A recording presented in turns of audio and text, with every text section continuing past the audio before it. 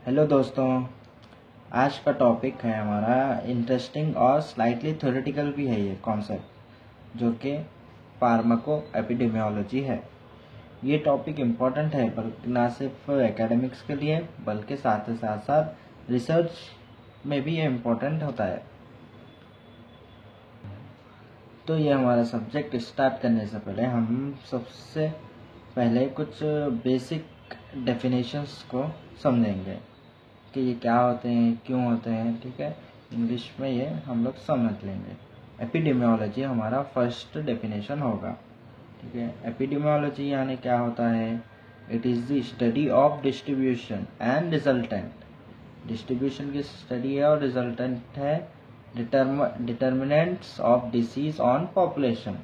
यानी कि एपिडेमियोलॉजी यानी ये एक ऐसा साइंस है जो स्टडी करती है डिसीज का डिस्ट्रीब्यूशन, उनके कॉजेस और उनका इफेक्ट एंटायर पॉपुलेशन पे। समझे आप कि ये एक ऐसी साइंस है, साइंस बोल लीजिए आप, स्टडी बोल लीजिए, जो स्टडी करती है। ठीक है, ये साइंस है जो स्टडी करती है।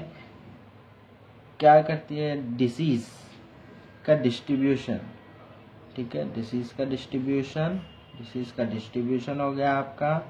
साथ ही साथ उनके कॉजेस और उनका एंटायर इफेक्ट क्या रहेगा, किस पर? एंटायर पॉपुलेशन पर। डिसीज का डिस्ट्रीब्यूशन, साथ ही साथ उनके कॉजेस और उसका एंटायर इफेक्ट क्या रहेगा पॉपुलेशन पर। नेक्स्ट है हमारा एपिडेमिक्स। एपिडेमिक्स क्या होता है देखेंगे। It is the study of chronic infectious disease in large population. ये क्या है? क्रॉनिक और इन्फेक्शियस डिसीजेस का लार्ज स्केल पर, ठीक है, लार्ज स्केल इम्पैक्ट स्टडी करना एपिडेमिक्स के अंदर आता है। क्रॉनिक और इन्फेक्शियस डिजीजेस का लार्ज स्केल इम्पैक्ट स्टडी करते हैं हम, जो कि एपिडेमिक्स के अंदर आता है वो। नेक्स्ट है हमारा फार्माको एपिडेमियोलॉजी, यानी कि this science concerned with the benefits and risk of the drug used in populations and the analysis of the outcomes of drug therapies. Pharmaco epidemiology यानी यहाँ बात होती है ड्रग का यूज़ की। कहाँ पर यूज़ करते हैं हम? पॉपुलेशन में यूज़ करते हैं हम ड्रग का use.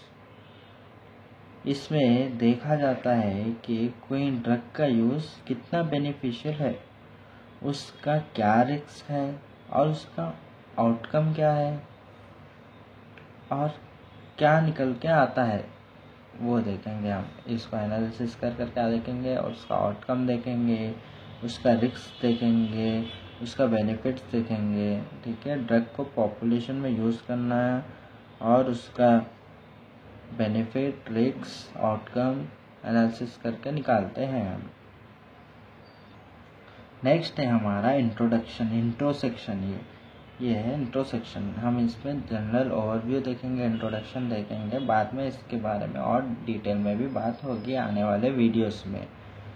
Pharmaco epidemiology borrows from both pharmacology and epidemiology, यानी कि फार्माको एपिडेमियोलॉजी क्या है? एक्चुअल में दो फील्ड्स का फ्यूजन है ये।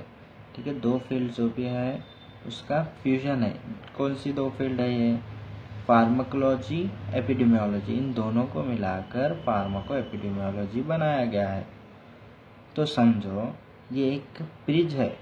ठीक है, ये एक ब्रिज का काम करता है जिसमें हम ड्रग्स के फार्माकोलॉजिकल इफेक्ट को रियल वर्ल्ड पॉपुलेशन में स्टडी करते हैं, जैसे side effects, adherence, effectiveness versus clinical trials etcetera.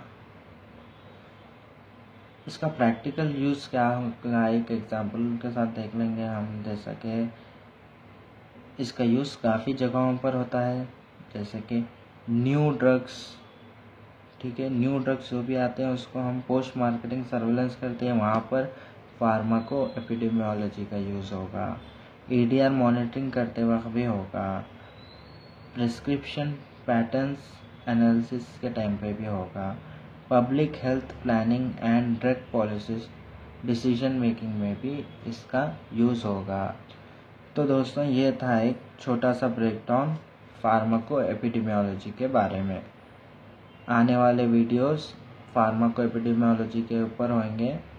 अगर आपको ये वीडियो पसंद आए तो शेयर ज़रूर करें, अगर कुछ डाउट है तो कमेंट करें, अपने दोस्तों के साथ शेयर करें और लाइक ज़रूर करें वीडियो को।